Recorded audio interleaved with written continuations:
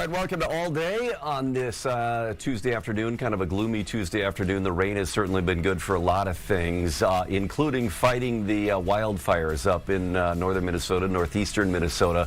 A lot more on tap today that we'll be talking about. One is the NFL draft coming to town, sources confirming that, so we'll be talking about that. The Timberwolves season ended not very glamorously, didn't it? Today their team is talking about the end of the season news conference here on what needs to happen for next season. Is this as far as this roster can go? Have we seen their limits?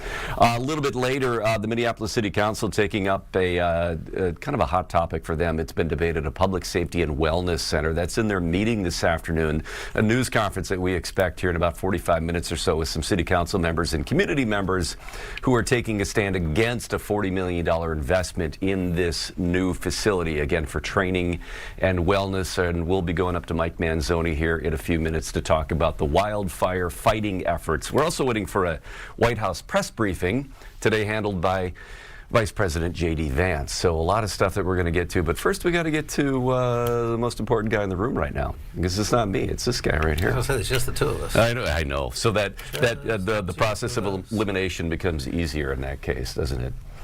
Yeah. Let's talk about this, the rain that came through last night. A lot of thunder and lightning in that very active system. I kind of enjoyed seeing all the light show. Yeah? Yeah. And what did that do when I was looking at the radar pass for the wildfire area specifically? It looked like that was giving them a significant amount of rainfall. A lot more than what they got on Sunday night and Monday morning, that's for sure, because they barely got anything. They got enough to where it was like, it's raining and absolutely nothing's happening here, because they got literally barely, what is it, the Breezy Point got 2/100ths of an inch. Yeah. It was like a misting that they got. Yeah, exactly. Two Harbors got, I think, 4/100ths of an inch. So measurable, but not at all enough, a little insignificant. But very different story last night. These are some of the rainfall estimates that go along with some of the totals up there. As the rain came rolling on by, you can see just from the radar picture alone, the 18-hour loop, that the bulk of that was centered over central Minnesota, and a good swath of that went right up the North Shore as well. The North Shore getting more than what was going on in the Brainerd Lakes area. But as that loops on by, yeah, we had thunder and lightning. The metro, we picked up about a ½ inch here in the Twin Cities. Good heavy rain, but it was a good all-night rain. And as we zoom in there, you can see some of those tracks that went right on by. A good inch or so in little pulses around Lake Mille Lacs, but if you can see some of those totals there, the Brainerd Lakes area back up through Breezy Point, the radar estimates jive with what went on in reality, which was roughly anywhere from low end ½ inches to 3/4 of an inch. Which is a decent amount of some much needed rain.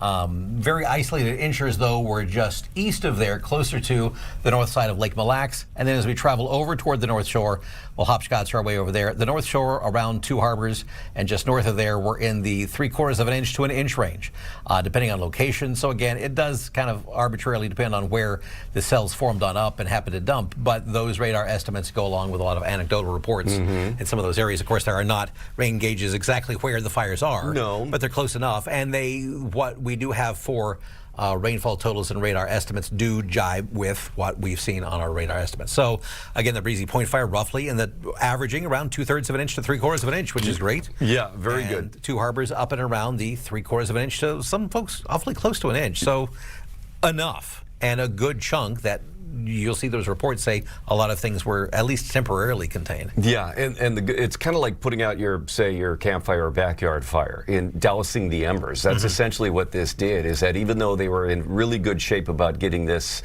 contained, both of them, this certainly gives a lot of peace of mind that whatever smoldering may be doused or significantly doused. And it doesn't mean you douse it and you walk away. No. You have to set, a buddy of mine got a burn permit for, they were clearing a small plot of land on their property for some, a plot of land that they're going to put some growing stuff in this summer and this fall. It was a small plot.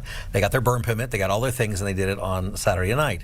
And the fire itself, a very controlled burn, all the fire department was involved, everything else, very low end, was only about 2 hours long.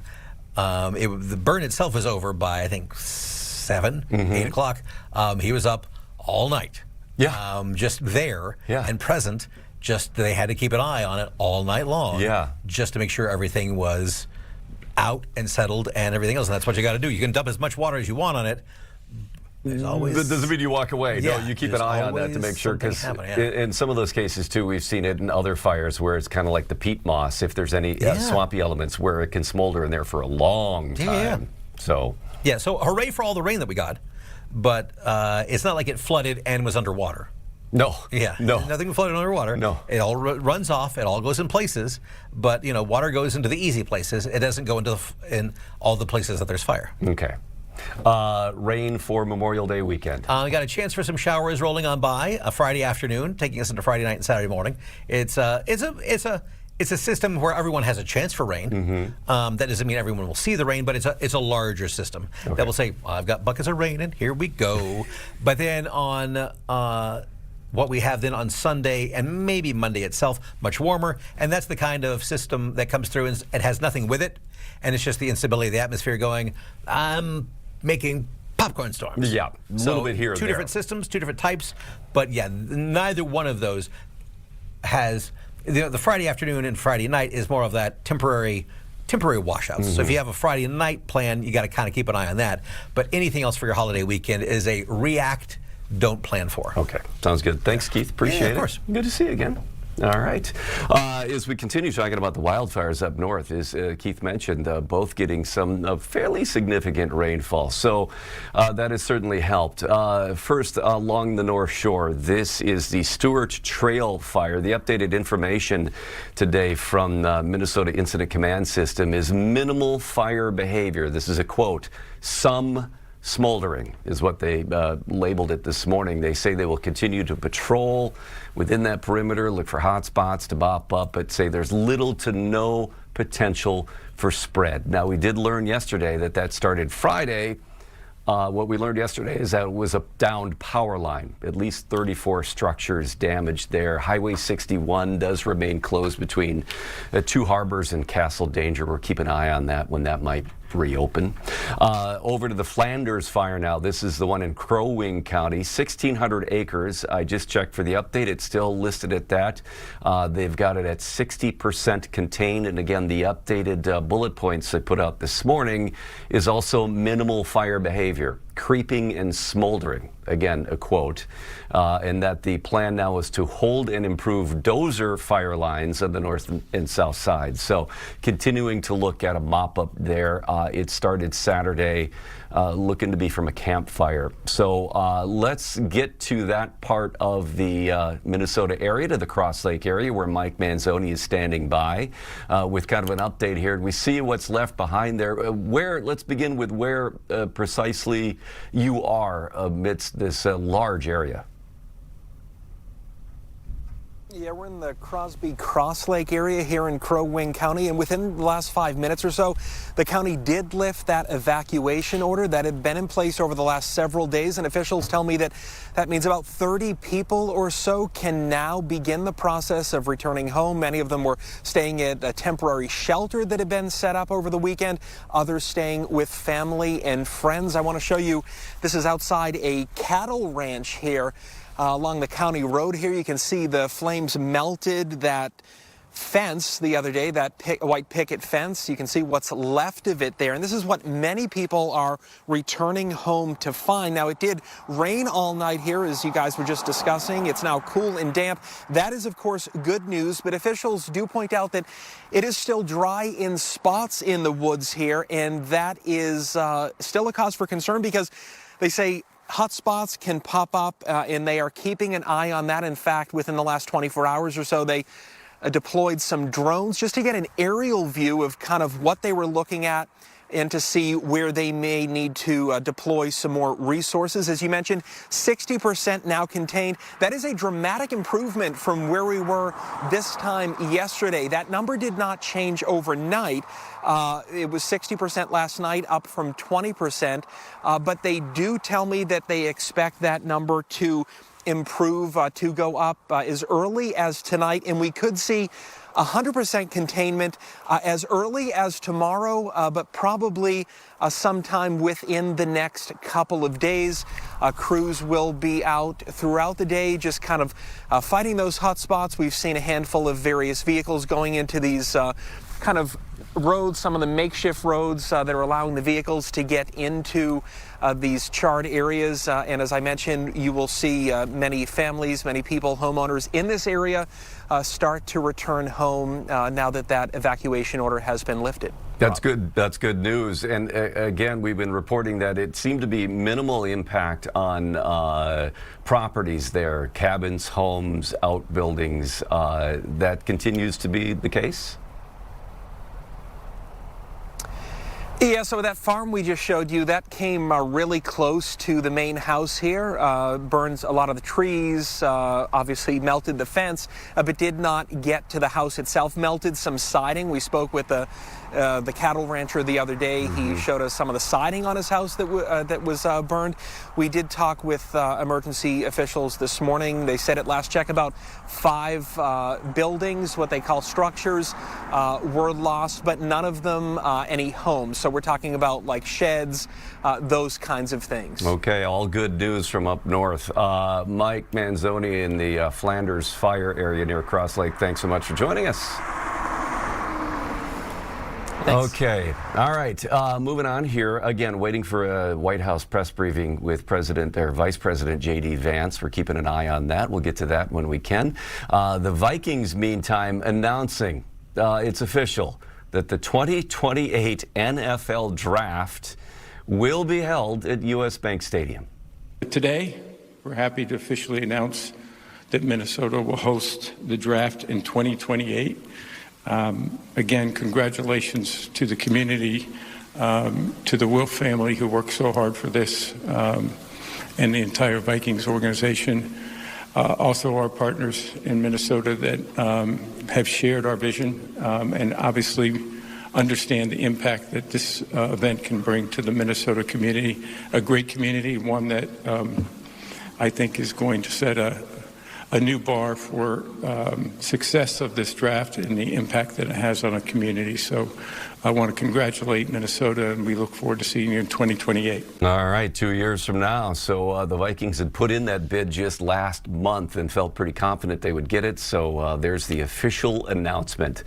Some other headlines today. Governor Walz this morning naming a new Chief Justice for the Minnesota Supreme Court. Theodora Gatis will be is nominated anyway, as the Justice of the Supreme Court. In the press release from the governor, he said that I'm committed. This is actually from Theodora Gatis saying, I'm committed to a judiciary that all Minnesotans can access, trust, and rely on. These commitments will guide every decision I make as Chief Justice. Now, she will take the lead following Chief Justice Natalie Hudson's retirement, which is set for September.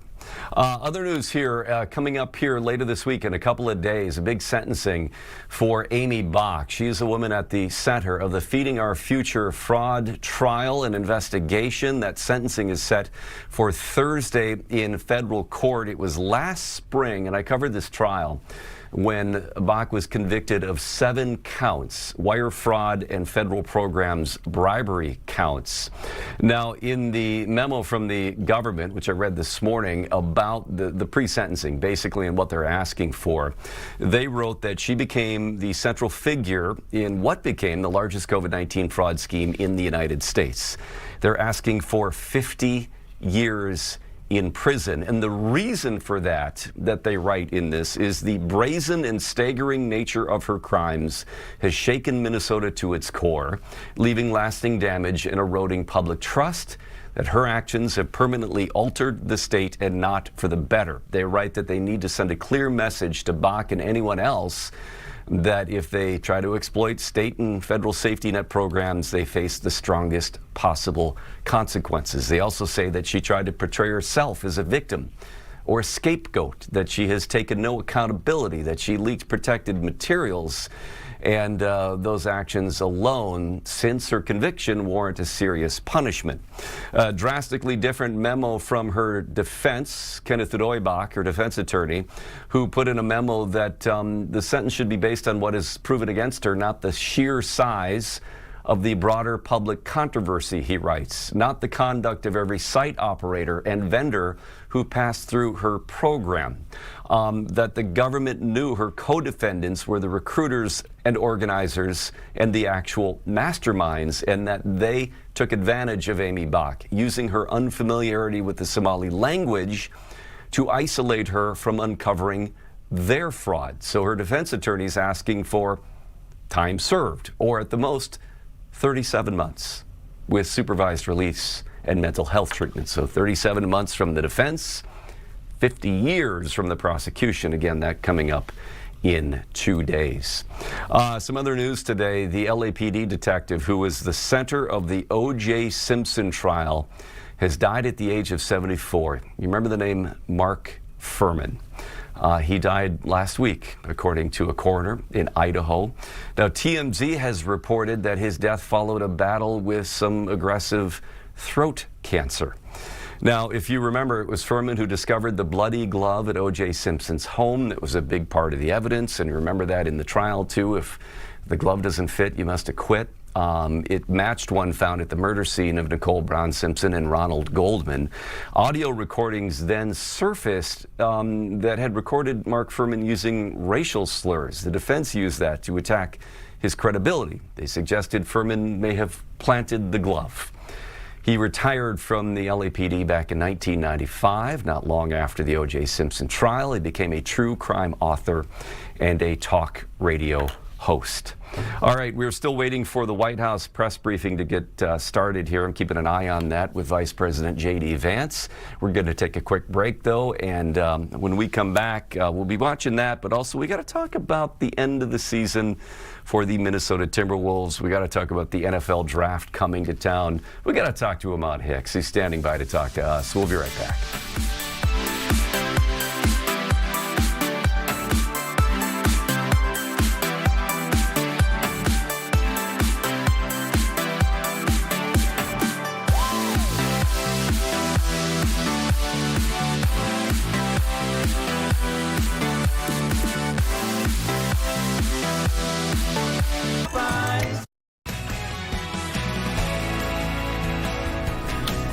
All right, welcome back to All Day Live on this Tuesday. Ahmad Hicks coming in here to the comfy confines of Studio 9. And boy, we just learned something that had been kind of rumored over the last day or so, that Minneapolis and the Vikings would host the 2028 NFL draft. Yes, the Minnesota Sports and Events and the NFL and the Vikings just all came out and announced it, that the draft is coming to Minneapolis in 2028. So I won't say get your tickets ready, because who knows what that scene will look like. But they're probably expecting upwards of 100,000 people downtown, plus downtown to check out that draft and go see what that weekend is like. It's pretty remarkable when you watch what the draft has grown into as an event over the last couple of decades. Where it became something where you'd read about it in the paper the next day. Who'd we pick? To now it's a big show.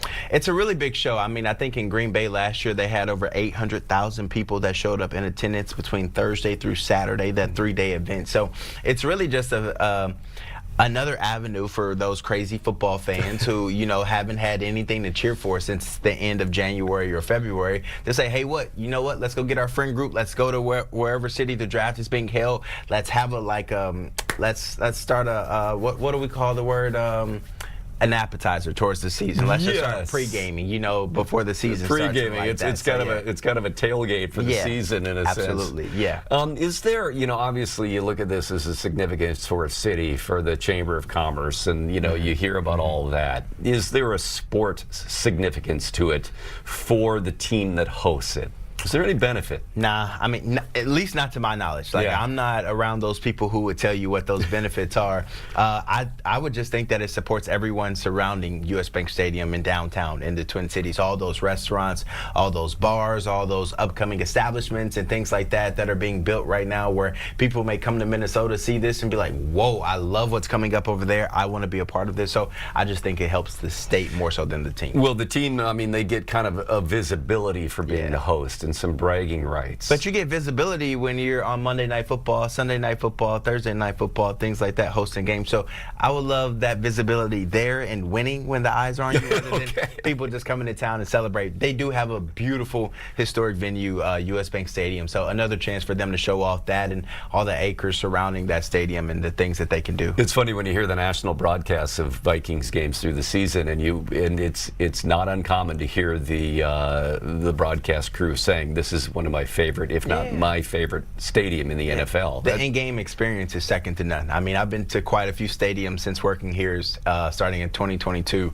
and what the Vikings do from the time the players come out on the field to the pregame introductions to the fake snow dropping down from the ceiling, you know, to the fireworks after the touchdowns. It's second to none. The Skull Chant, everything that they do, it's a pretty electric atmosphere on game day. And the fact that you feel like you're outdoors even though you're not. It's got that greenhouse feel to it. That's kind of fun. That sunlight pouring in, the natural light, and then they open up the windows at times to where you feel the elements outside a little bit, not the snow, but the wind and breeze and things like that. So it's a cool place. I love it. From a media perspective, I think we're pretty spoiled, the area that we have upstairs. So I have no complaints about US Bank Stadium as a fan or media member. All right. You want to talk Twins here briefly too while I got you in here? I mean, you know, they're kind of the hope that we have now that something can turn around. Royce Lewis demoted, the reports are demoted to St. Paul. And the Twins are bringing up or buying the rights to somebody else. I can't remember who it was now, but Royce, he was a #1 draft pick back in 2017 or so. High hopes for him, but injuries have plagued with injuries and then just not producing when he's on the field. Tough start to this season for him. You hate to see a guy with his talent have to be demoted to go down to the AAA level, but sometimes it's not a bad thing. You get to go down there, you get to see consistent at bats, you get to work on some little things that you don't get a chance to work on in the majors, where, you know, a hitting coach may say, I need you to focus on when these fastballs come or when these curveballs come, I want you to do this. But your natural habitat, what you're accustomed to doing, is kind of like, no, you know, it's just like, I'm going to keep doing what I'm doing. So sometimes you have to go down a level to just hammer home what they're teaching you. Obviously, this season, batting 167, only 3 home runs, not good when you talk about the star of your team or the guys who you want to be the face of this team.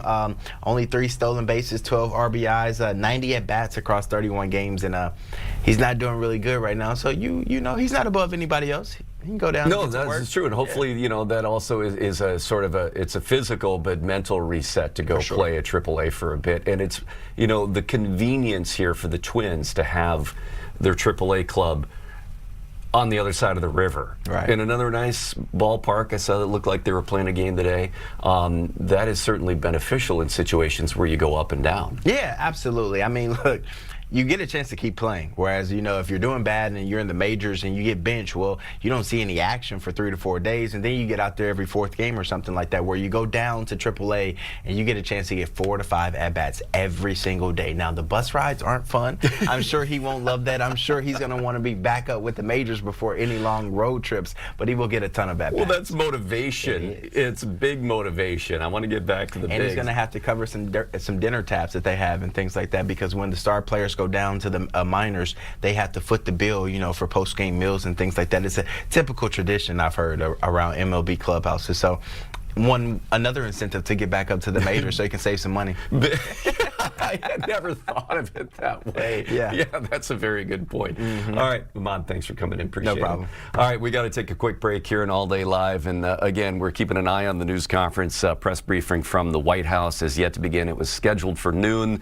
This is not unusual for this to start late, considering, you know, the circumstances of what's going on in D.C. all the time. We're going to take a quick break, though, right now. We're also going to be talking Timberwolves in a little bit, too, as they have their end-of-year press availability. We'll be right back.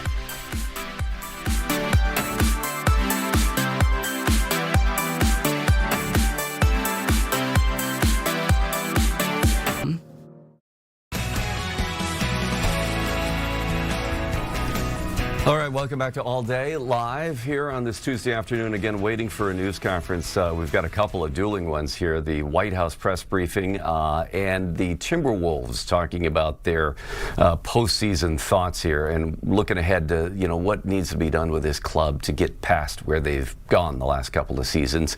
Right now, we got to check on some regional headlines, and we are going to begin in our neighbor to the south, down in Des Moines, Iowa, where Governor Kim Reynolds has signed a pretty sweeping overhaul down there of the state's property tax system. It's described as the biggest change to the state's tax structure in decades. And what the biggest change is in here, and there's a lot of them, but the big one is to limit how much cities and counties can collect on property taxes. It limits how much they can raise property taxes. Republicans say many of those have been just rising too fast, so they're kind of putting the brakes on that. Some local leaders warn, though, it could be harder to pay for local services and projects. There's also an extension on property tax exemptions for homeowners, and it creates a savings program for first-time home buyers. All right, moving on now to the west here, to Fargo, North Dakota. There's a proposal to build a space operations center at the Grand Forks Air Base. This would be for the U.S. Space Force. They're proposing a $250 million facility in Fargo at the base there. The plan would put 800 Guardians, that's what the service members in Space Force are titled, Guardians, 800 of them at a base there, working 24/7 in support of what is referred to as combatant commands. The design phase of this facility expected to begin later this year. All right, now in southern Minnesota, now in the Rochester area. This is west of Rochester, actually in the town of Lansing, just north of Austin. One man in custody there after a domestic assault response that turned into a chase, first in a vehicle, then on foot. There was a shootout with a sheriff's deputy. This being reported by KTTC. So there was an assault report, a domestic assault report. A deputy and an officer arrived. The suspect at that point fled in a vehicle. During the pursuit, shots were exchanged. The suspect fled into a wooded area and was not found. But on Monday, a family member turned the man into the sheriff's office, and he now faces multiple charges, including attempted murder of a peace officer, along with kidnapping and domestic assault. All right, back out to the west of us again. Bismarck, North Dakota, the center there of North Dakota. This is the Williston area, being reported by KFYR, and it's a pretty big fish story. On the final day of paddle fishing season, an angler there caught a very rare fish on their very first catch. It was a milky white paddlefish. It's got a rare genetic mutation that removes most of the natural color, but leaves the eyes dark, and that appearance makes them pretty vulnerable to predators, which is why it's very rare to survive into adulthood, makes it extraordinarily rare to then catch one.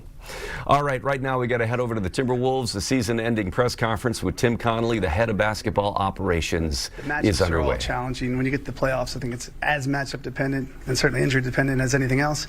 I think the equation changes when you see the two teams playing the Western Conference right now and how good they are. We got smacked by Oklahoma City last year. We got smacked by San Antonio, and we know they're teams that we have to. The gold standard. You mentioned Denver; they're a world champion team and have the best player in the world. So we know our competition is not going to sit still, and nor will we. Tim, when you look at just like the season as a whole, how do you reflect on everything that you saw, the good and the bad of it, and walk out of it? Yeah, I think way more good than bad. But look, we were an inconsistent team. I think our emotional maturities continue to be a thing that we have to get better at. I think I've talked to some of you guys. It's like compared to like a heavyweight boxer, we could beat anybody, but certain nights we weren't there. So would it be different? If we the 49 is 52, 53, who knows? I think all roads are still going to go through the two teams we're seeing playing now. They're so young and they're built for sustained success. And certainly, Denver is a fantastic team and has that championship level experience. So I think more good when the emotion subsides. But it was brutal losing in the fashion we lost on our home court against San Antonio. Is that emotional maturity, is that something that can improve within your guys, or is that like something that you may have to go outside and bring in other personalities to. Well, I think if we can't improve internally, then we don't have the right, people in the building. So I think we have to hold these guys to unbelievably high standards. And like the roster's not going to be the same. It's never the same year to year. And I think as we move forward, I think emotional maturity is certainly something we talked about consistently, and we had these great moments of it. Like really proud of how we overcame the injuries. Unbelievable to win the game that Dante and both got hurt. I think the guys really bonded. And then certainly I think basketball IQ and toughness are two attributes we're going to look for to continue to augment the core group. What goes into evaluating basketball IQ, and what are the best avenues to acquire that? Yeah, it's elusive, right? It's oftentimes the basketball IQ guys tend to only be on the winning teams, and that's unfair. So I think when we have a top player in the world in Anthony, and we were pretty aware of, I think, the guys that can both not just help him, but also protect him. And those skill sets are something we're going to look forward to add more of that to our building this summer. What does protecting him look like? You're not great at everything. So while Anthony's, I think, a top 5 player clearly, and we think he one of the best two-way guard in the league. It's where are the areas that he needs help with? How can we create more easy looks for him? He's an elite catch and shoot guy. We're going to do a better job of finding guys who can get those catch and shoot looks for him. How do you go about building around and, like, from an adding personnel standpoint, given the assets that the draft picks that went on in the Gobert trade and the Dillingham trade? Yeah, I think we have a pretty good core. I like our collective, sub 26 core. While it's certainly, we're not happy with how the season ended. We don't want to be dismissive of a lot of positive things that happen. But I think we've learned to win in the postseason. I also think we haven't learned to win enough, right? Because this press conference hopefully at some point will come, about 6 weeks later. But I think the best part about learning these guys and having a degree of continuity is being a little more aware of exactly what players might most impact not just his success, but our team's success. You talked about with Ant and defensively being one of the best two-way players in the league. A lot of his numbers on that side of the floor drop this season. How much do you attribute that to maybe like the offensive workload he had playing point guard this season, and does adding a point guard to this group maybe get you more Ant elsewhere? Yeah, I think the more you ask on one end, it's harder to get the other, but we're not going to let we hold Ant to such a high bar. The reason he's elite is obviously he's a superhuman offensive player, but we think he has the same ability on the defensive end, and that's what separates him. His competitiveness, his toughness. I think he also played through a bunch of nagging injuries. His ability to come back from that injury was, fantastic. When he went down, we didn't think he was going to be back that quickly. So this is the first summer in a long time he's going to not play. He's been playing with the national team. The summer started a bit earlier. I think as he gets older, he's getting more and more familiar with not just taking care of his body, preventive measures, but I think we have to hold him to standard. He's going to be a lead on both ends. What's your attitude and ownership's attitude toward the second apron and salary cap? I love it. Finagling. No, I'm sorry. I've been very fortunate since I've come here. Ownership has been very aggressive, and they're all about winning. We've been in the tax the last couple of years. We were a second apron team 2 years ago. I think if we're a team that can really look ourselves in the mirror and be a championship level team, I don't think money matters. I think where it becomes more problematic is your inability to deal make when you get the second apron. But we've been blessed with very aggressive ownership that's all about winning. Tim, when you say everything is on the table this year, does that mean you still believe there's only 1 or 2 moves away, or is there a possibility that perhaps a bigger move might happen in terms of possibly breaking up a core? We have a lot of confidence in our guys. But again, it would be disingenuous to be sitting here in front of this crew and say, hey, we're happy with the 6th seed. We're happy with not being a home court playoff team. We're happy that our last 3 closeout games, have been lopsided. So we have to be realistic about what we have, which is way more good than bad, but know that we're not good enough right now. So how do you find, or where do you find Dante's production on both ends next season? Dante will be back to start the season, knowing him.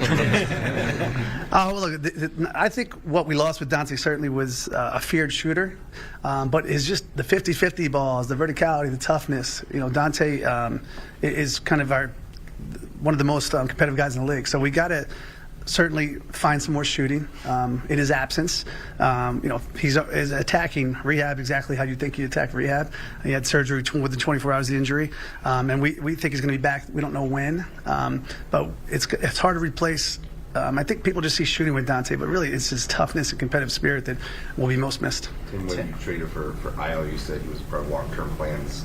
After seeing him finish up the season here, I imagine that hasn't changed. And just where's that ranking your priority list in terms of getting things done this offseason for you? Yeah, Io's our most important free agent. He's a guy that we thought we knew pretty well, and we liked him from afar. Now seeing him day to day, we love him. I think he fits in not just on the court but off the court. I think his best basketball's in front of him. He really enjoyed playing in these moments he hadn't seen the second round of the playoffs. He loved the fans. He talked about the fans all the time, how loud the building was. So we're pretty optimistic that we'll get something done there. And I think he's everything we thought and more. Tim, Jaden's end of the season and playoff run, it looked like he was more involved in the offense. Just what were your thoughts on his season as a whole? And do you have more confidence that maybe he could take another step kind of in the pecking order of the offense? Yeah, I think without question. It's discussions we've had over the last several years, but Jaden has a whole nother gear to reach. I mean, in a closeout game to have 32-10 versus a really good team. We want to hold him, keep raising the bar. As good as he is, we know his best basketball's in front of him. I think there's a lot more he can unlock as a playmaker, too. We have to ensure that he's in a position to do those things, but he's a guy that offensively has a whole other place he can get to, and we're confident he'll get there next year. You had mentioned the plus 26 part of the roster that you like. Yeah. The people who are, 26 and under around there. The veterans are... You've been with them for now, and it's been 3 years and not enough thus far. Where do you stand on basically getting in a veteran, and that means taking out a veteran? Do you want to get older, more seasoned, or do you want to let this core group around in? No, look, we want to get better, and I don't know what that looks like. If we can get better and the guy's 50, we'll take him. So I don't, we have plans. We think they're well-laid plans. Will change dramatically on draft night, or change dramatically with a call. But we're very aware, I think, of our deficiencies, and we're while we're, I wouldn't use the word disappointed because we had another good year. We wanted to be at least a second-round playoff team and then see what the matchups might look like. Our goal to start the season was to be a home playoff team. We weren't. Our goal was to get further than we did last year. We didn't. So those things kind of demand action, and we'll see how those things take shape. But we want to win more than we won this year. Tim, where does Johan kind of fit into the picture here? His development, what you see of him in his first year in the building, and how does that maybe affect moves you make in the front court, seeing how he's progressed this year? Yeah, we couldn't be more excited about him relative to where he was. Even watching him progress last year in Slovenia, 2 years ago, I guess now. Being so new to the game, he's a sponge, and he's a workaholic, and he has physical tools you can't teach, and he has instincts that are instinctual. So we think his future is unbelievably bright. I would think he'll be a multi-position defender. He's a guy that has the complete faith and buy-in of not just our coaching staff, but most importantly, the other players on the team believe in him. So we think he's going to be a really impactful piece moving forward. Can you talk about the difficulties of operating in the second apron, and when you made the trade for Dillingham that summer, you had on that draft night 24, you had very limited options, given that you were in the second apron, and that was kind of celebrated as a way to go get a meaningful piece. How do you reflect on that 2024 draft night and sort of the process and the newness of the second apron? Yeah, I think we took a swing on a young player we really liked. It didn't work out here like we'd hoped. I think Rob's going to have a heck of a career. But, you have to be creative, not just with the aprons, but we have to be creative. Some of the market dynamics we're facing other places aren't. So we will, if we mess up, we'll mess up loudly. We're going to try to be as aggressive as possible. I think we have a much better grasp last offseason, this offseason, what it might look like, and now we have another switch now with the flattened lottery odds. What does that look like with deal making? That's new, and that's only going to go for 3 years. So do you overplan for the next 3 years where there could be another dramatic shift? These are all the fun parts of the job. So reflecting back on that, we thought we had a chance to add a long-time young starting point guard, and I think Chicago is excited to have the guy. We got Io.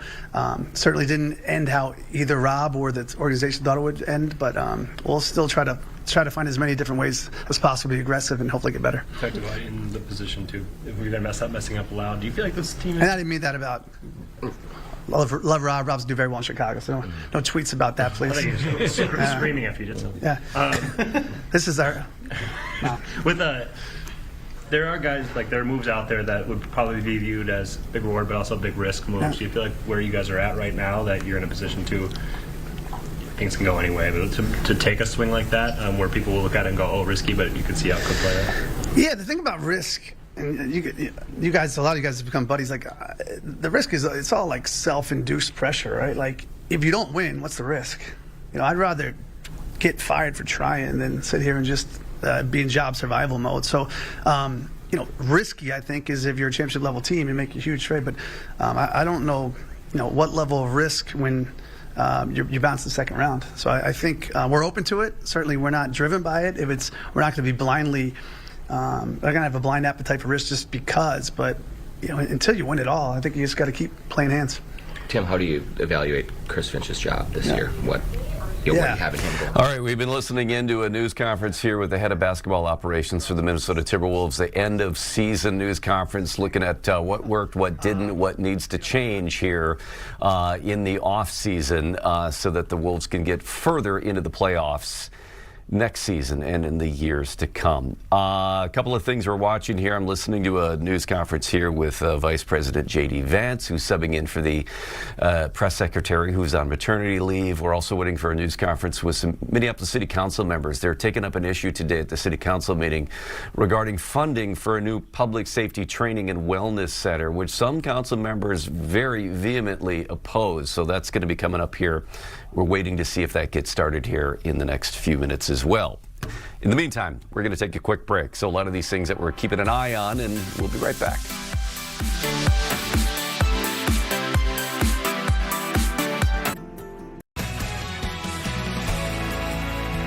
All right, welcome back all day live here. Rob Olson sitting in today. We are waiting for a news conference with some city council members and community activists regarding a plan to build a public safety training and wellness center in Minneapolis. This has got some pretty staunch opposition, so we'll go to that when we can. Right now, we're going to pop into the White House press briefing with Vice President JD Vance. Now in the Q&A portion with journalists in the White House briefing room, so let's listen in. The United States government incurs legal expenses. It pays out those legal expenses. When it's settling a lawsuit, it pays out money to settle that lawsuit. And the question is $1 of this money going to the Trump administration? No. Is $1 of this money going to Donald Trump personally? No. Is $1 of this money going to Donald Trump's family? No. The people that would get the money are people, some of whom have been prosecuted completely disproportionate to any crime they've ever committed. Like, let's just take a couple of examples. Tina Peters is this woman who is about to get out of prison, thanks in large part to the president's good work in Colorado. This is a woman who, at worst, if you believe everything that the prosecutors said about her, committed misdemeanor trespassing, and somebody threw the book at her, this innocent grandmother was going to spend 10 years in prison, completely disproportionate to any misdemeanor trespassing that I've ever seen. Was that fair? No. Is it reasonable for her to get some compensation for the fact that she was treated unfairly? I think the answer is yes, and I think that what we're going to see, hopefully, is the entire country, led by this Department of Justice, turning the page on the lawfare. What I would like to propose, and I think the Democrats, hopefully they're willing to meet us halfway here. I won't hold my breath. But what I would propose is something very simple, that if you are willing to turn the page on Joe Biden's lawfare, why don't we prosecute people? Very simple principle. Why don't we prosecute people who violate the law? Let's not prosecute people because they said the wrong thing, or because they had the wrong political candidate, or because they had the wrong viewpoint. And I think part of turning the page on that, is to actually ensure the real victims of that lawfare receive some compensation. That's what this fund is going to be targeted at. And again, there's going to be a process to ensure that that money is only given to people who have actually, I hate to say earned it, but the people who actually were really mistreated by the previous administration and Department of Justice. Go ahead. I understand that everybody is eligible to apply for this fund. I mean, you're eligible, but I assume you're not going to apply, and you don't think you should get money out of this fund. Of course. So isn't it just as easy to say that people that attacked police officers should not get taxpayer money from this fund? Well, look, John, we're not trying to give money to anybody who attacked a police officer. We're trying to give money, not give money, we're trying to compensate people where the book was thrown at them. All right, this is Vice President JD Vance answering questions about a proposed $1.8 billion fund is restitution for people prosecuted by the Justice Department under President Joe Biden. So that's the questions there. Right now, we're going to head over to this news conference in Minneapolis with a couple of city council members and community members opposing a plan to build a community public safety training and wellness center there, which will be on the agenda this afternoon. We'll listen.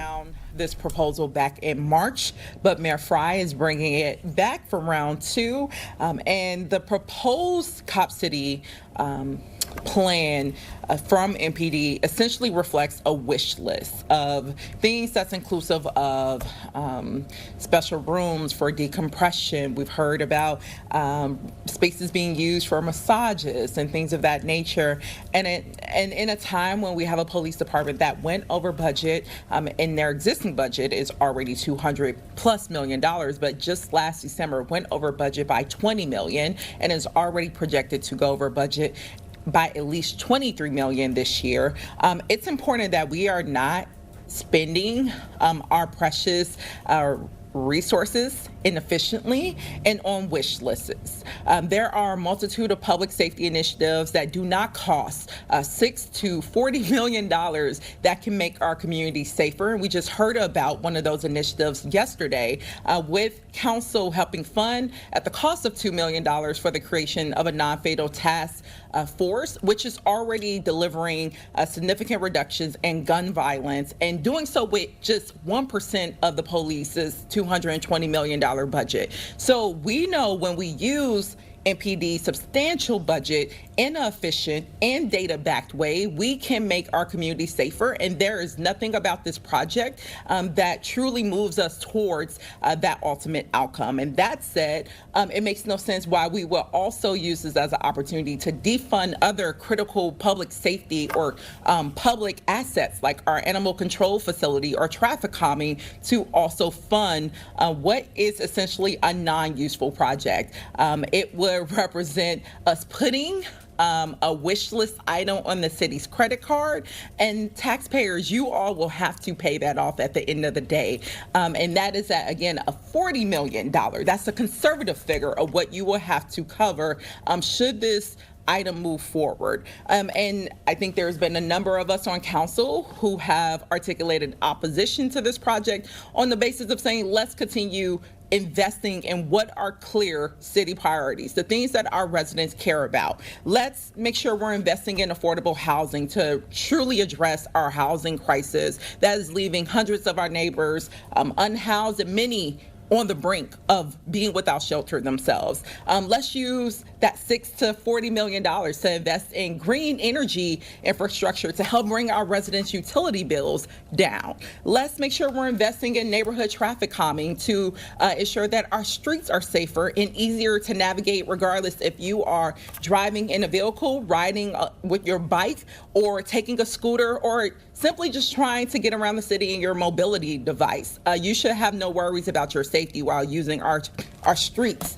And let's use our resources to continue in that direction. So I will note we're going to be taking this vote up once again in a couple minutes at our committee of the whole.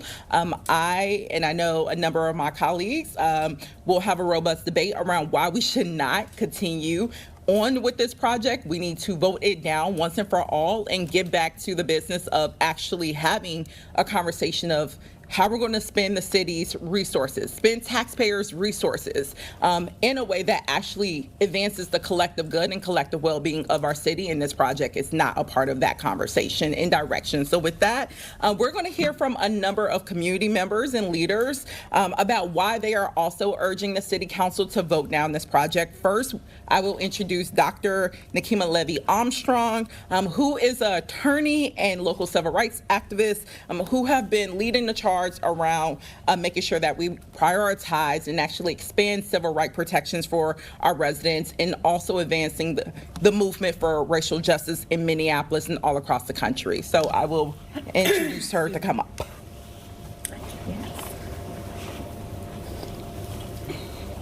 Good afternoon. Thank you all for being here. I'm Nikema Levy-Armstrong, civil rights attorney, activist, as well as the founder of the Racial Justice Network. And as you all know, I've been on the front lines for a very long time trying to raise awareness about the ongoing issues regarding the Minneapolis Police Department, not only focused on police brutality, violence, and the unjustified use of deadly force against residents, but also the neglect that Black, Brown, and Indigenous residents have had to endure at the hands of the Minneapolis Police Department. As you all probably remember, in 2024, a man by the name of Davis Maturi, an African-American man in South Minneapolis, called the police over 38 times, he and his family, raising alarm bells about their neighbor, a white man, David Sawchuk, who continued to threaten and harass and intimidate that family. One of Davis Maturi's last calls before he was actually shot by Sawchuk, John Sawchuk, was that he had pointed a gun at him. And he felt that the Minneapolis Police Department did not take the concerns seriously. And after Davis Maturi was actually shot and almost killed, the statements from the Minneapolis Police Department tended to place the blame on Davis Maturi. What does that say to the average African-American resident in the city of Minneapolis when they have to call 911? That their lives really don't matter at the hands of MPD. And in between that time, what do we have to deal with? MPD failing to take their responsibility seriously when a Black woman, Mariah Samuels, and a Native woman, Allison Lucier, called 911, raising concern about domestic violence. And both of those women wound up murdered at the hands of their abusers. At least that is what Allison Lucier's family believes happened to her. But after her body was found, we had statements from Chief O'Hara, basically focused on Allison Lucier's substance abuse issues, not treating the scene of her death as an actual crime scene, and not even reporting, requesting information from the medical examiner's office for 2 years. That's the level of service that our community has received, knowing what we have dealt with year after year after year leading up to the Minneapolis police killing of George Floyd, which, as we all know, caused a worldwide outcry for justice, something that could have been prevented if city leadership had listened to those of us on the front lines, to victims years ago. So now we have a chance to continue to hold the Minneapolis Police Department accountable for its actions, and instead of them even taking the advice that we gave when I was co-chair of the mayor's work group on community safety, where we said, look, the problem that the department that caused these problems is not equipped to solve these problems. Bring in a professional police training organization like IADLIS to help you overhaul your training and your response times and things like that. That has not happened. So we've had the same department continuing to absorb resources, who have overspent their budget by $20 million, now turning around and asking for an additional $40 million for a building that they don't deserve. There are so many problems that our community is continuing to face, especially in the aftermath of Operation Metro Surge, where every other day we have to hear about a business in our community having to close because of inadequate resources. We know that it's almost the summertime, that our young people will be out of school, that they will be looking for things to do. All right, we've been listening into a news conference ahead of a city council meeting this afternoon. That's scheduled for 1:30, and it's the topic here is a proposed public safety wellness and training center in Minneapolis to replace a facility now that they say is outdated. They also want to bring in multiple, facilities under one roof. And you kind of hear the the gist of the argument against it here is people that are concerned. That's Nikki Levy-Armstrong, who just said, there's some other things that the Minneapolis Police Department needs to focus on. Do we need to give them another $40 million for this when we should be focused on that? But the $40 million cost is not just the building, but $6 million of that is to buy the land. This is just northwest of where Highway 62 and 35W come together. It's an industrial area there. There's an empty lot there. So it'd be $6 million to begin for that land acquisition. So again, that will come up at the news conference this afternoon. We're going to take a quick break though right now. When we come back, we're going to be checking in with Corin Hoggard at the state capitol. The session is now in the past, in the books. A lot of lawmakers touting what got accomplished. What didn't get done is what Corin is looking at. We'll chat with him when we come back.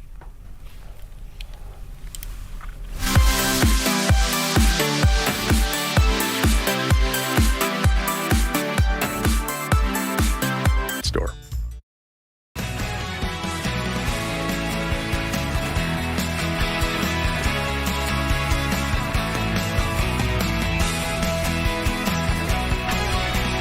All right, welcome back to All Day Live. Rob Olson here on a Tuesday afternoon. Want to give you an update here. We've been covering the wildfires up north for the last few days.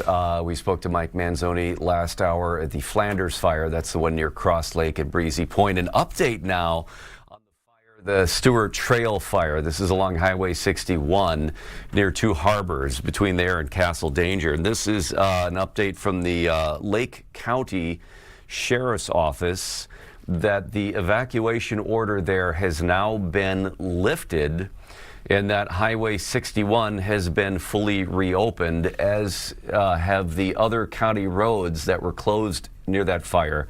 Those have all been reopened now. So Highway 61, the other roads, you can go through there, but they are asking that you use caution because firefighters, other emergency responders are still working there. Heavy equipment still in use along the roads as they continue mop-up procedures there. So even though the roads are open, be careful for the crews on foot and the heavy machinery working in that area.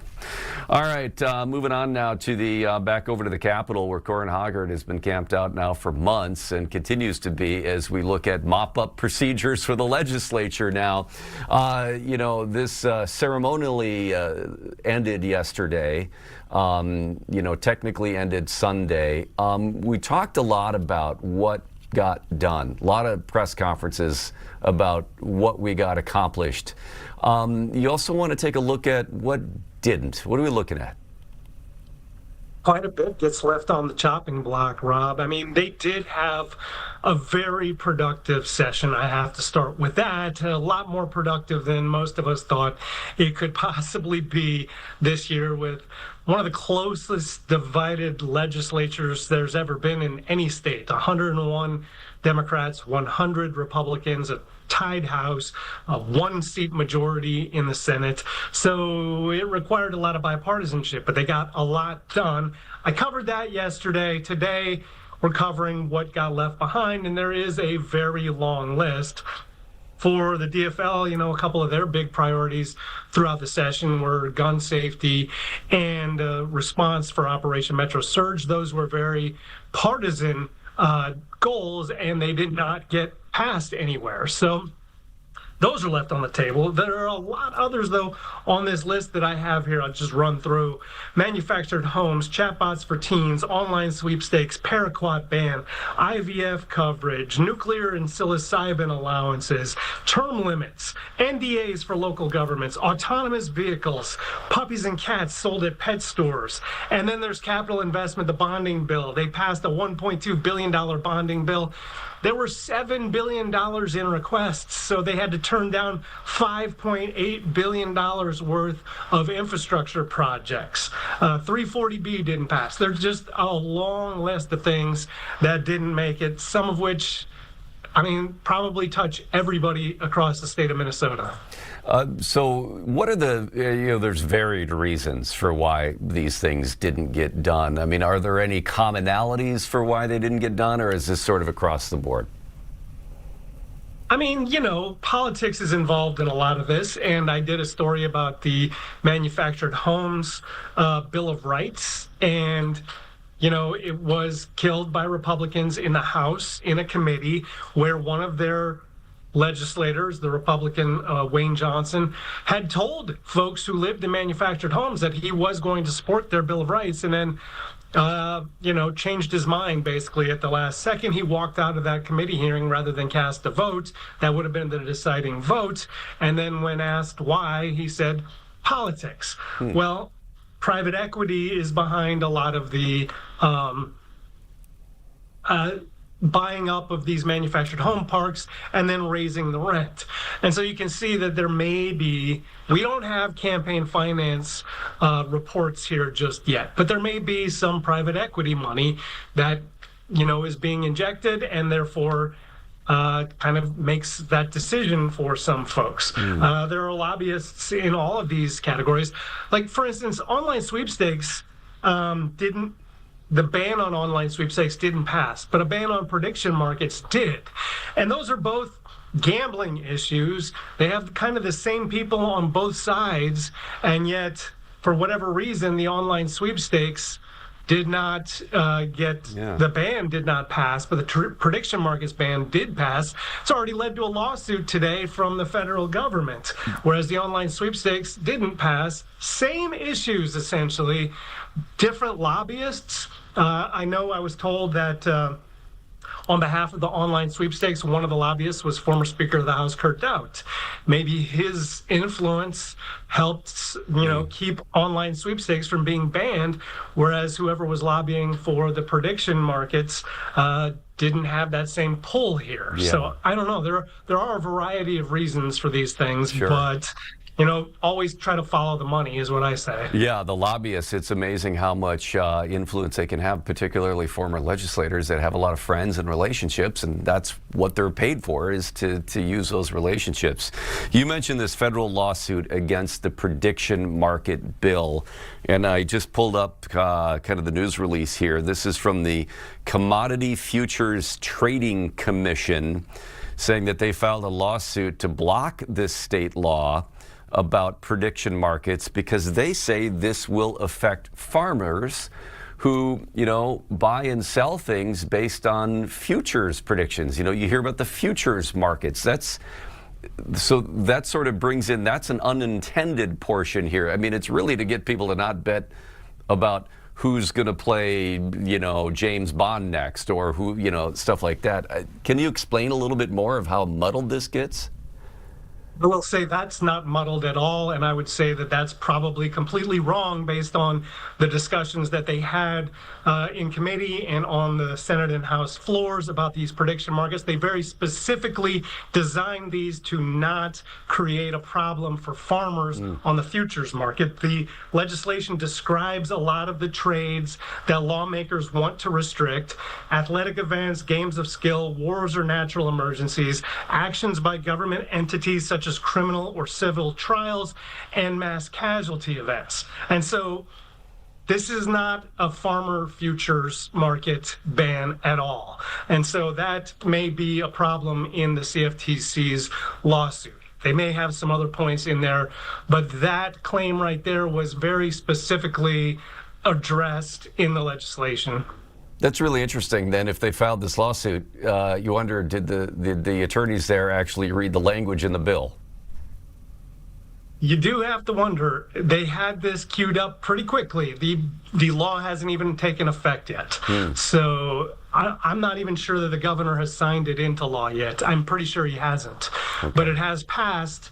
So it would become law, it will become law, and maybe there's a preemptive strike there, but yeah, it's quite possible. I mean, like a lot of the bills, we didn't see the language on them until Sunday. So for them to already have a lawsuit against this by Tuesday, I'm pretty curious, but I did see that. I'm glad you brought up the farmer thing, because I did want to address that. That seems to be a mistake or just misleading. Yeah, that's the basis of their news release about this lawsuit, is about farmers. And if that's not listed in the bill, then yeah, maybe they did have this queued up anticipating it would be. It didn't check the language. I don't know. Interesting. They clearly listed the things that they wanted to ban because it was part of the discussions that, farmers could be touched by this because they operate in futures markets. And so that was something that the lawmakers did to try to prevent that problem. Okay. Well, here we go. All right. Thank you, Corin. Appreciate it.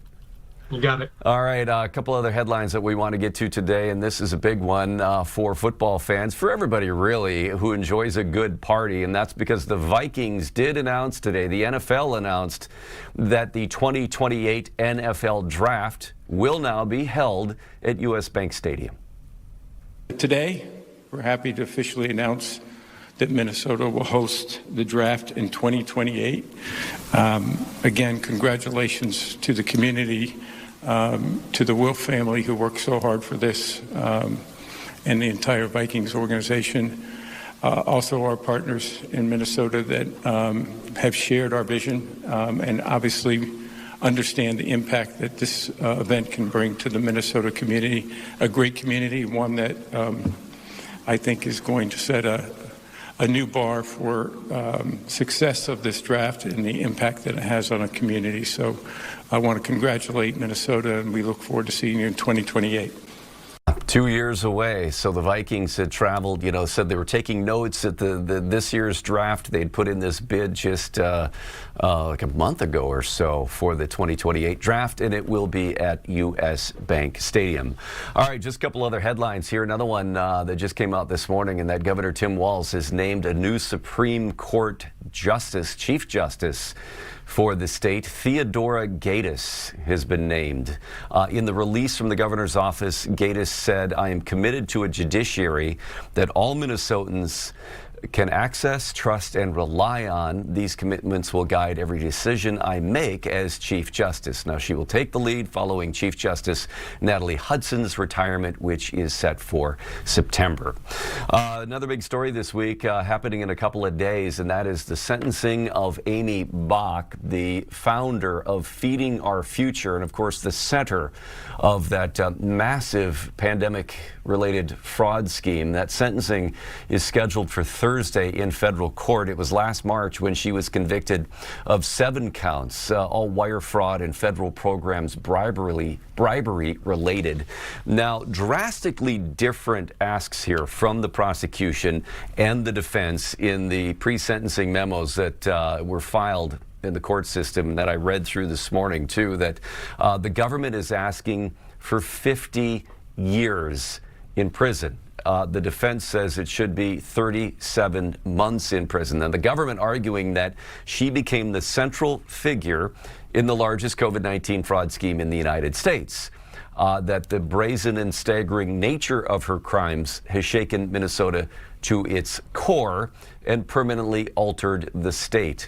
And that they must send a clear message to Amy Bach and anyone else that there are strong consequences here. They also say that she has shown no accountability, portrayed herself as a victim and scapegoat, that she's leaked protected materials here leading up to her sentencing, and that those actions alone warrant serious punishment. But again, the defense says the sentence should be based on what's proven against her, not the sheer size of the broader public controversy surrounding this case and fraud, or the conduct of every site operator and vendor who passed through their program here, that claiming that the government knew that there were others here who were the organizers and masterminds, and used Amy Bach's unfamiliarity with the Somali language to isolate her from uncovering their fraud. So again, that comes up on Thursday.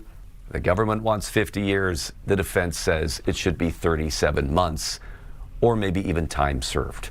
All right, we got to take another quick break here. Paul Bloom's going to join me next here to talk about an investigation he's looked at related to fraud, related to Medicaid fraud. The courts order restitution. A lot of that has not really come in. We're going to talk to him about that coming up next.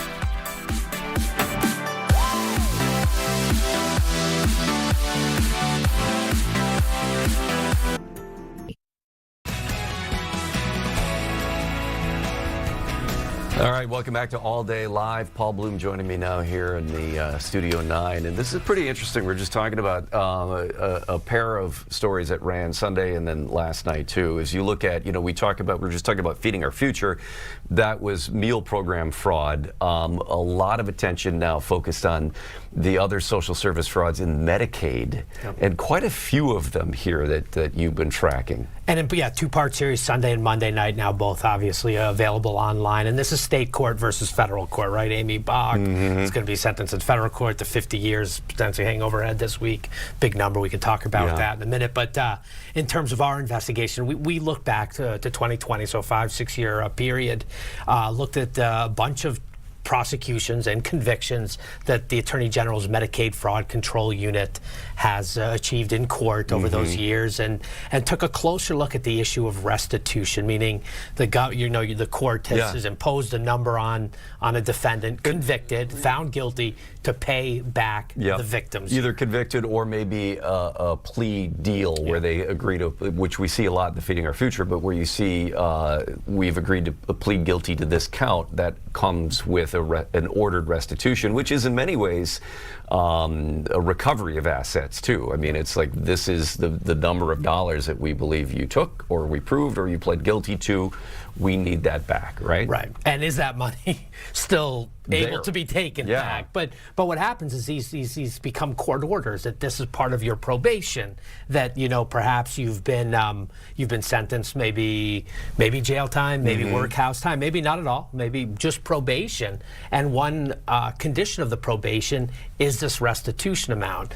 The amount varies widely, right? If it's a $10 million fraud, it could be a couple $1 million that the state wants back. Smaller frauds, the money lessens. But what really jumped out at us were the people who had a restitution amount on the books. They were being watched. They were on probation, so you can't vote. You don't have all your civil rights at that point. The system is keeping track of you, and they get off probation without ever paying the full restitution amount. So, there are collection agencies that become involved and some other aspects, but why people are being sort of let go out of this. The feet aren't being held to the fire enough here, right? Was there a portion, you had a portion lined up of your story from, I believe, last night? Yeah, so we looked at over the years, again, we looked at like 50 plus cases. There was like $13.5 million of restitution ordered.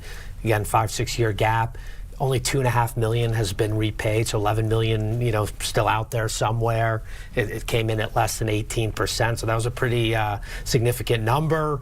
In federal court, they have civil forfeiture. The state, it's a little grayer on what assets they can go after beyond the bank accounts. Okay. But that first story we did on Sunday night also brought into another issue about restitution is, we had this one defendant who had two bank accounts, one in his own name, $1.2 million there. That was easily seized. That's under the rules. The court ordered it. The state took the $1.2 million. But then in his corporate account, he's the only corporate board member, he's the only signer on the bank account, but it's in his corporation's name. He does that medical interpretation. He sends, interpreters to medical appointments. It's a, Medicaid program benefit. And in his corporate named account is $650,000, and he still owes $1 million plus left in restitution. It's just sitting there. It's sitting there. It's frozen in for now. Something separate from what was contained in the criminal charges. So let's play this clip from your story, and then we'll talk more afterwards about the kind of the fallout or the thoughts about this. So we'll play this and be right back. On behalf of the defendant Ahmed Noor, who appears personally to our right. The Fox 9 investigators are following the money stolen from Medicaid, and it led us to this Hennepin County courtroom. I think it's only fair and equitable to make sure there's a full accounting of whatever that amount is. Prosecutors tried to seize money from Noor's bank accounts to pay off his debts. Every dollar in the Medicaid program is intended to support real care for real people, and every dollar that is stolen through fraud is one less dollar that can be used to provide legitimate care. Assistant Attorney General Christy Nielsen successfully argued to seize more than $8 million from Noor's personal bank account last month. I can do the math. I'm just pointing out that today I have ordered $1.2 million, over $1.2 million released to the victims. Thank you. Which I think is a step forward, a substantial step forward. Noor and his co-defendants still owe more than $1 million in restitution after he was convicted of Medicaid fraud last year. In the interest of justice, it's patently unfair to just right out of the gate make Mr. Noor pay 81% of the restitution when the others, and relieving the others of substantial burdens. His attorney, Eric Nelson, says taking any additional cash from Noor would, quote, smack of unfairness, arguing other defendants, quote, actively moved or worked to hide their assets.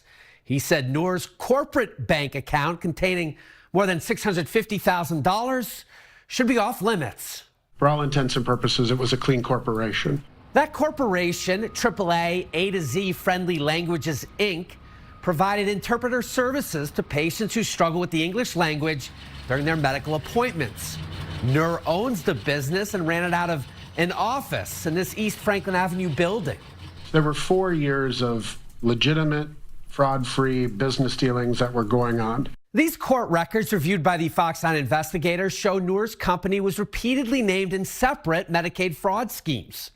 Several of A to Z's contracted interpreters were eventually charged with billing Medicaid for fraudulent or phantom services, including this woman, Nazra Takal, who is currently awaiting sentencing.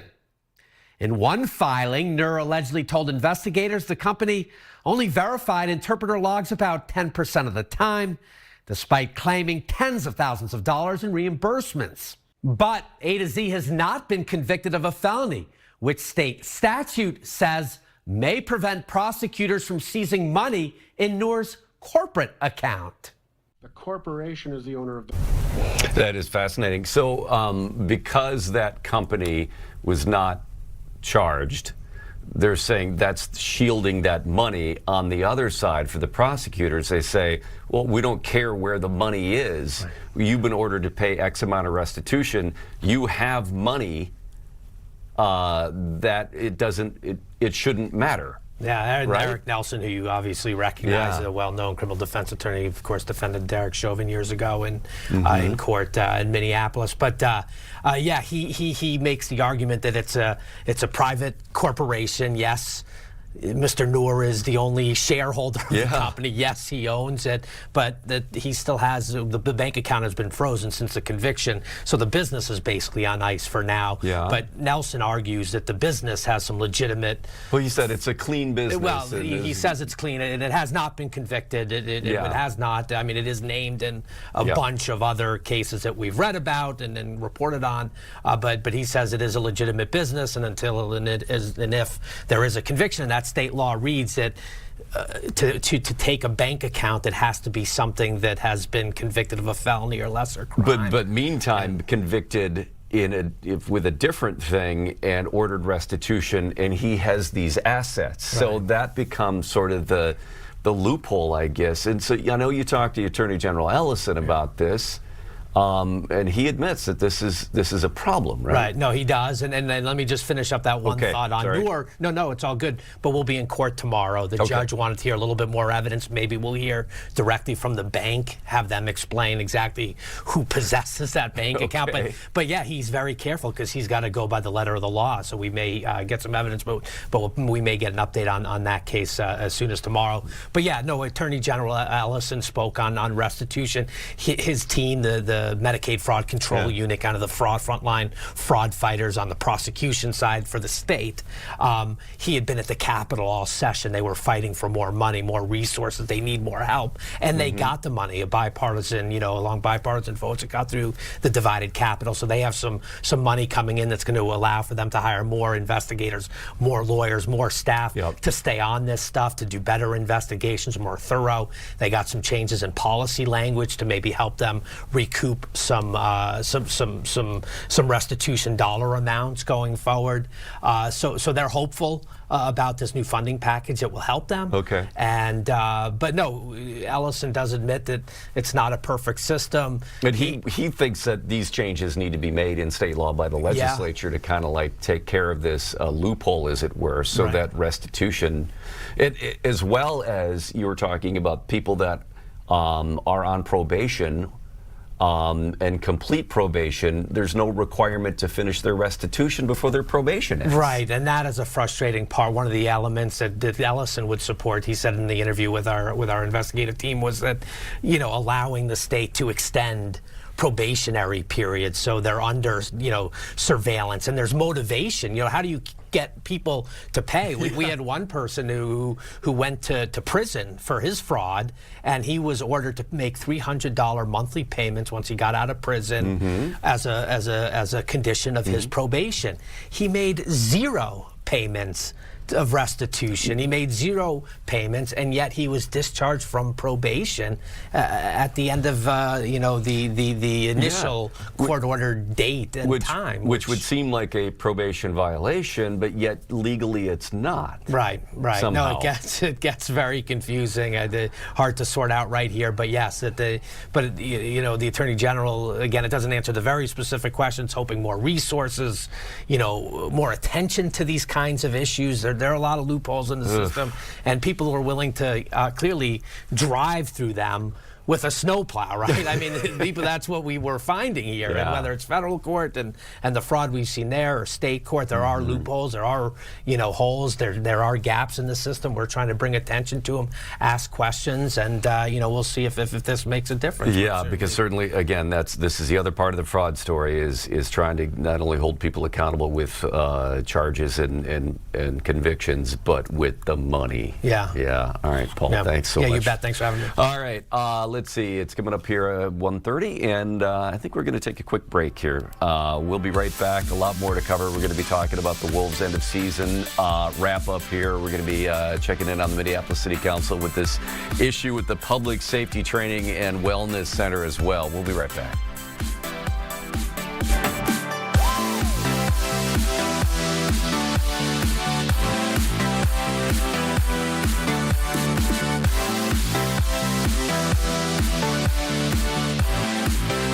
Today.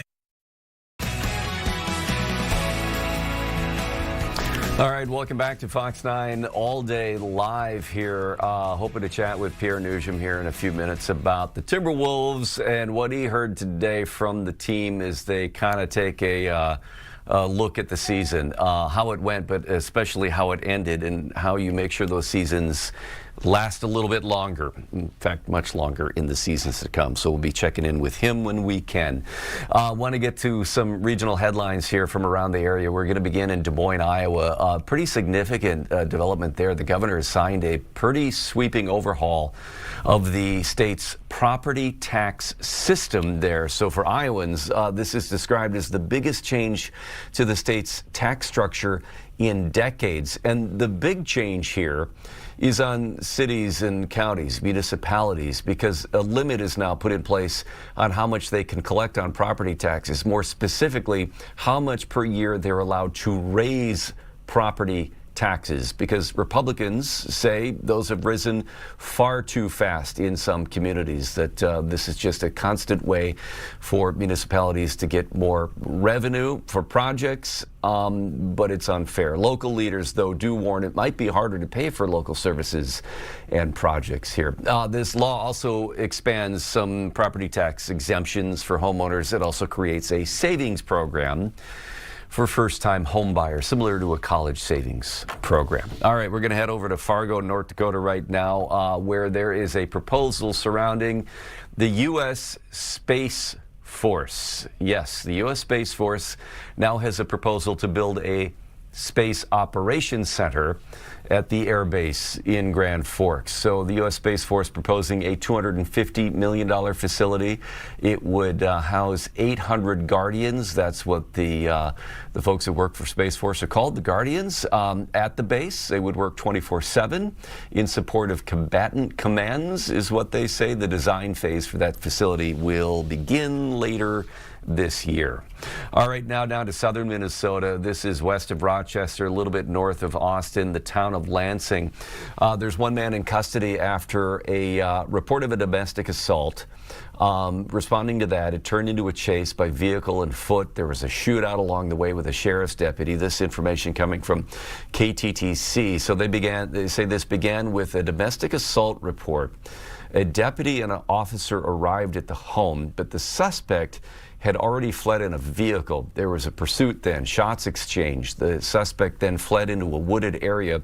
They went looking for him to try to chase him, didn't find him. But then Monday, a family member did turn that suspect into the sheriff's office. Multiple charges now, including attempted murder of a peace officer, along with kidnapping and domestic assault. All right, we're going to head back to the Dakotas now because we got to end with this one. It's a little more soft and fun. From the Williston area, reported by KFYR there, and it's a fish story, a rare fish story. It was the final day of paddle fishing season, and an angler there caught what is a very rare fish on their very first cast, a milky white paddlefish. Now, this, they say, comes from a rare genetic mutation that removes most of the natural color but leaves the eyes dark, essentially an albino paddlefish. Here's the issue. What makes it even more rare is because the bright white appearance makes them very easy to spot by predators, which means they don't often survive into adulthood. So for a fisher person to catch one of these as an adult fish is kind of 1 in a million. All right, we're going to take a look at your forecast now real quick with meteorologist Keith Marler, as the rain certainly helped wildfire fighting efforts up north, and promise to make your plans for the Memorial Day weekend to be a little bit nimble. You better be prepared to change in case stuff might come in and out of there. He's saying that there could be it's an unstable system that we're looking into, so not the widespread stuff like we saw last night, severe weather, but just an unstable pattern. He said buckets of water that might just drop here and there. So if you need to adjust your plans accordingly, do so. Apparently, we don't. Okay, here's meteorologist Keith Marler. Trying to shake up at least a little cloud cover today, but your mileage will vary as to how that shakes up for you as we go on into the better part of our afternoon. We've seen some signs of some thinning cloud deck, but at least we're getting rid of a lot of the dampness that's in the atmosphere. We'll still see a couple of pop-up sprinkles as we head on into the afternoon, caught up in our turbulent northwestern flow that's reinforcing more of a late March and early April style atmosphere. A lot of 40s struggling to get back into the 50s today overall, which is not quite May-like at all. An average high for today is 70, and we're parked in the upper 40s to low to mid 50s for the afternoon. A couple of popcorn spritzes or sprinkles as the cloud cover chunks on up for the rest of the afternoon and evening. This northwestern flow 10 to 20 miles per hour, and as long as your temperature starts with a 4, you can calculate a wind chill. Once you hit 50, the calculations for wind chill start to fall apart. So our high for the day we're aiming for is 54 by the end of the afternoon. By that point, we should have, with our very long day today, by the way, 15 hours of daylight. Sunrise was at 5:40. Sunset is at 8:40 this evening. We should be on the mostly cloudy to partly cloudy side of the coin, and the clearing continues really in earnest overnight tonight. That leads to a chilly night and a very chilly to cold Wednesday morning. We'll start off in the low 40s tomorrow morning here in the metro, but widespread 30s all across western and northern Minnesota.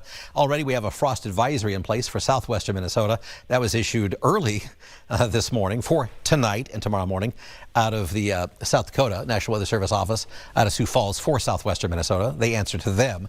The rest of a good chunk of southwestern, western, even northern Minnesota will see some form of frost or freeze headlines, I'm sure, but those won't be filled in or colored in until later this afternoon or evening overall.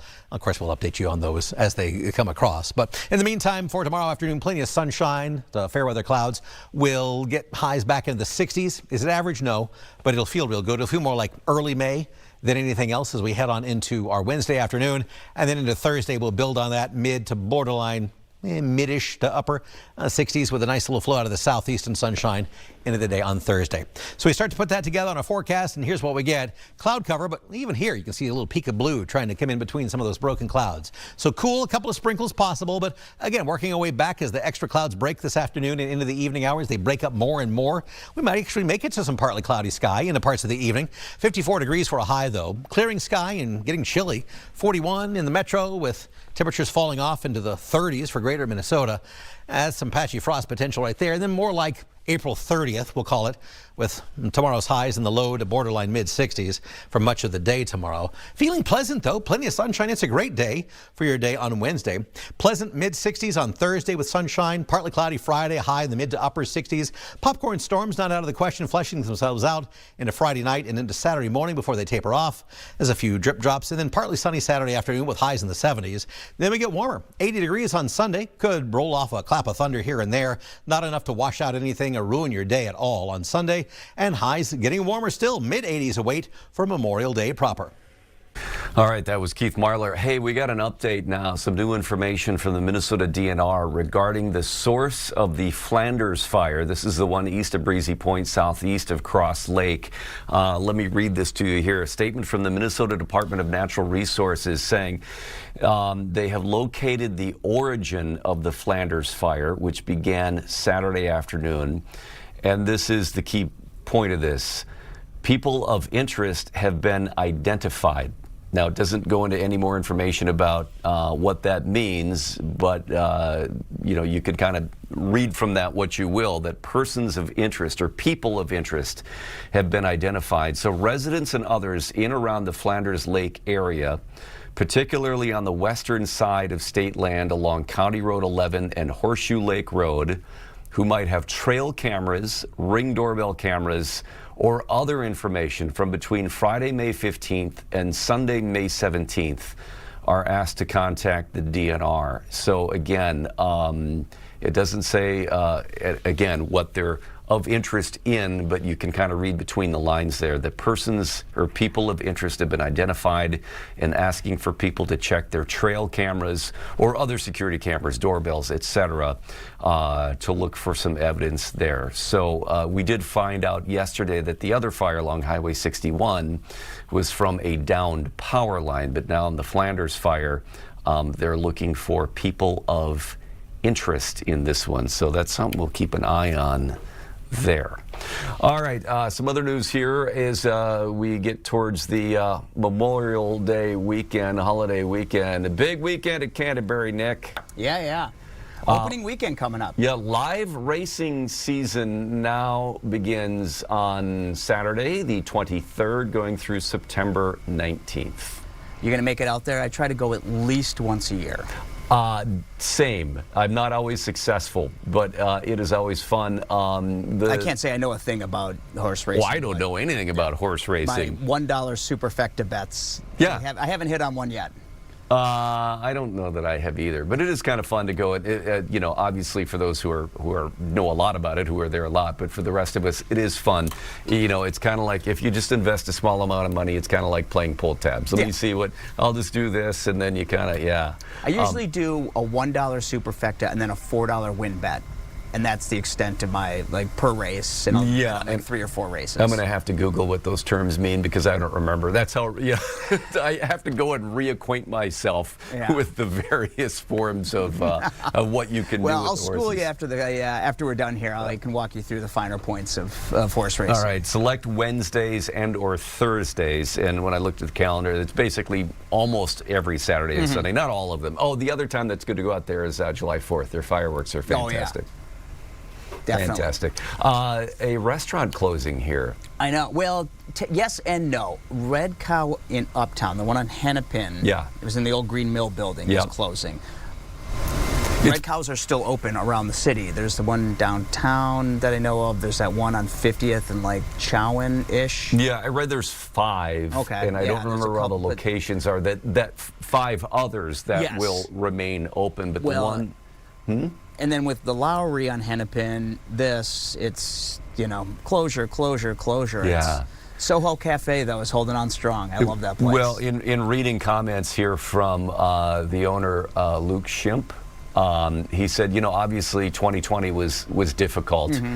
They rebounded from that, but then you had road construction begin along Hennepin in 2024, and that business at the Red Cow in Hennepin is basically still at 50%. Yeah. So. I live not far, and I haven't been in a long time. So. What is that? I haven't driven down Hennepin there in Uptown for a while. Is that construction causing it's done. problems? It's, I mean, the construction is done. I don't know if the problems are done. Okay. If they have continued or not, but the construction itself is complete. Yes. Well, he had said that he had another 5-year lease to sign, and it was just a little bit too risky to commit to 5 years if they're at 50% business now. All right, let's see. I think we're going to go to break here. We'll come back. I'm going to keep an eye on. We're actually waiting that shooting in San Diego yesterday at the Islamic Center. Yeah. They're setting up for a press conference. If time allows, we will get to that. We're also keeping some eyes on the Minneapolis City Council, if they're talking about the safety training center. Okay, we'll take a break and sort all that out. We'll be right back.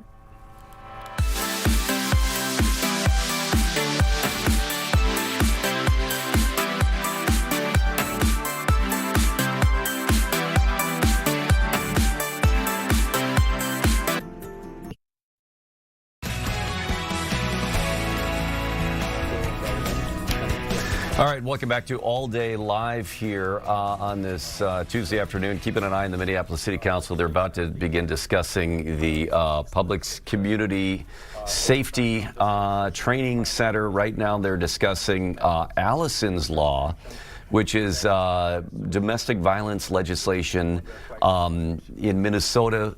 It is a proposal. They say they're encouraging the Minnesota legislature, the state, to put this into law. And then they're going to be getting to the public safety community, the training center and the wellness center discussion as well. So let me mute that, and let's go over to the Minneapolis City Council right now to listen into this the city discussion. from the responsibility of taking domestic violence seriously, as we should be investing in solutions meant to address domestic violence, and we need to completely overhaul the way we investigate domestic violence. At the Public Health, Safety, and Equity Committee last week, we moved forward on a legislative directive requesting quarterly updates on the after-action reviews relating to Allison Lucier and Davis Maturi. The legislative directive includes a comprehensive review and progress report on the relevant recommendations and lessons learned from those two cases. If approved on Thursday, the Public Health, Safety, and Equity Committee will be tracking the necessary changes identified in the audit report, and we will be able to hold the mayor's administration accountable for those changes that are recommended in the auditor's report. That is the role the Public Health, Safety, and Equity Committee will be taking on. Too often in this body, we hear reports and studies about what went wrong and what needs to be fixed, and then nothing happens. The cases of Allison Lucier and Davis Maturi, along with Mariah Samuels and countless others, are too important to be forgotten, and they require follow-up and accountability. One of the most important functions of this body, of the City Council, is to provide accountability and oversight in these cases and many others who we don't even know about. And the countless actions that we're going to be taking is a part of that. In addition to the actions we're taking as a city, it is critical that the state legislature passes Allison's Law to ensure that justice will be served on behalf of victims of domestic violence. And colleagues, I am asking for your unanimous support on this today and would like a roll call. Councilmember Chavez has requested a roll call vote on this item. Any further discussion? I will recognize Councilmember Wansley. Thank you, Vice Chair Chuktai.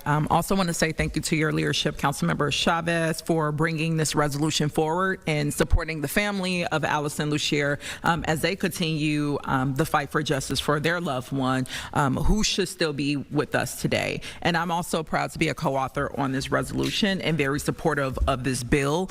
And I absolutely want to see the state help us put in stricter guardrails because despite the endless promises of our police department, we are not doing better for victims of domestic violence. And we received a pretty clear audit report that outlined those many shortcomings. And I want to name in particular that while those shortcomings are representative of countless of victims that we don't know their name, we know they're particularly true for those who are indigenous and who are Black. So we still see the disproportionate impacts of our ongoing failures within our police department to deliver safety for all. And this is one area where we could absolutely use continued support from the state and really making sure that we're holding our police department and agencies all across the state to do better by victims of domestic violence, so that what happened to Allison Lucier and her family doesn't have to happen to another family or loved one, and we could be on the upstream of things as opposed to responding to the downstream after the life of someone has been already taken. And this resolution, I will hope, not just reaffirm my commitment, and I know that of Councilmember Chavez and so many of us who have been doing our best to push what's possible in our positions of making sure accountability can be had for Allison Lucier, Mariah Samuels, Davis Mattori, and so many other countless victims. I'm hoping that this resolution reaffirms the collective commitment of this entire body to take the concrete actions we can to ensure that all domestic violence victims, especially Indigenous women, Black women, receive the support and services and care that they deserve. So again, I just want to say thank you, Councilmember Chavez, and thank you to the family of Allison Lucier and so many other victims for joining us today and keeping our feet to the fire to do better by our residents. Thank you. Next, I will recognize Councilmember Stevenson. Thank you. Thank you, Councilmember Chavez, for bringing this forward, and to the family for continuing to fight for your loved one. We know in Minneapolis that victims of domestic violence or survivors of domestic violence repeatedly are failed to be protected by MPD. Many reports have borne this out. The consent decree calls out specifically the ways that MPD has failed the Native community. And this resolution, and if this law passed at the state legislature, would move us in a better direction. I strongly support this resolution, and I would ask to be added as a co-author, if that's all right. Of course, if the clerks can help. Clerks have that noted. I'm not seeing any further discussion, so I will move approval of this item and ask for a second. Second. Clerk, please call the roll. Councilmember Wansley. Aye. Rainville. Aye. Vita. Aye. Warren. Aye. Osman. Aye. Schaefer. Aye. Stevenson. Aye. Chavez. Aye. Whiting. Aye. Palmisano. Aye. And Vice Chair Chuktai. Aye. There are 11 ayes. That motion carries.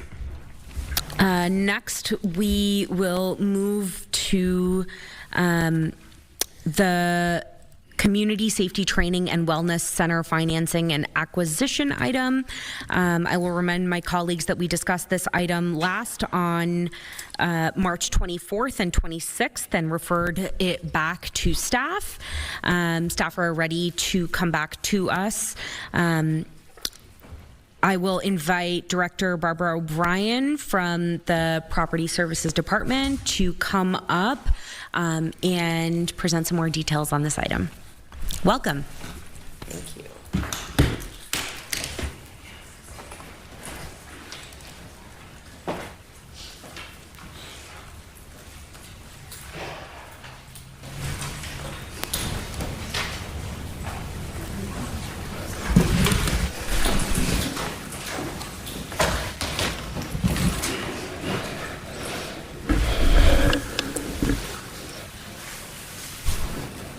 Thank you.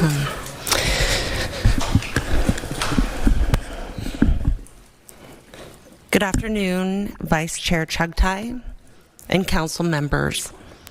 My name is Barbara O'Brien, and I have the privilege of serving as the Director of Property Services for the City of Minneapolis. Before I begin, I would like to acknowledge members of the Property Services team that are here with me today. Matt Hannon, Property Services Real Estate Manager, and Ray Dean, Senior Project Manager. I'm also joined by my colleague Liam O'Brien from the city's budget office. The request for council action that has been submitted for your consideration today concerns the financing and acquisition of the proposed site for the concept of a community safety training and wellness center. This request was initially presented to the committee on March 24th of this year and subsequently referred back to staff for further refinement and research.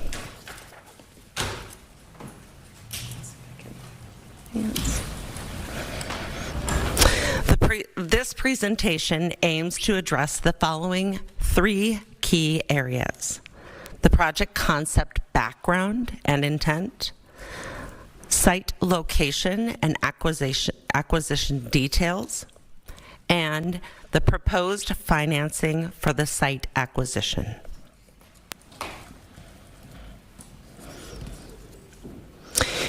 In 2018, the need for a modernized and flexible training facility was first identified within the Capital Improvement Program. The facility. All right, we've been listening into the beginning of the presentation at the Minneapolis City Council Committee of the Whole, talking about a $40 million police safety center, public safety training and wellness center. We heard earlier in our newscast, or in all day, some council members and community members are still vehemently opposed to this, so this will become an issue they'll be discussing here for a while. That does it for us. I also want to point out that the DNR are looking for people of interest now in the Flanders fire origin up north, so we'll be following that as well. Courtney Godfrey's up next with All Day on Fox Local. I'll see you tomorrow.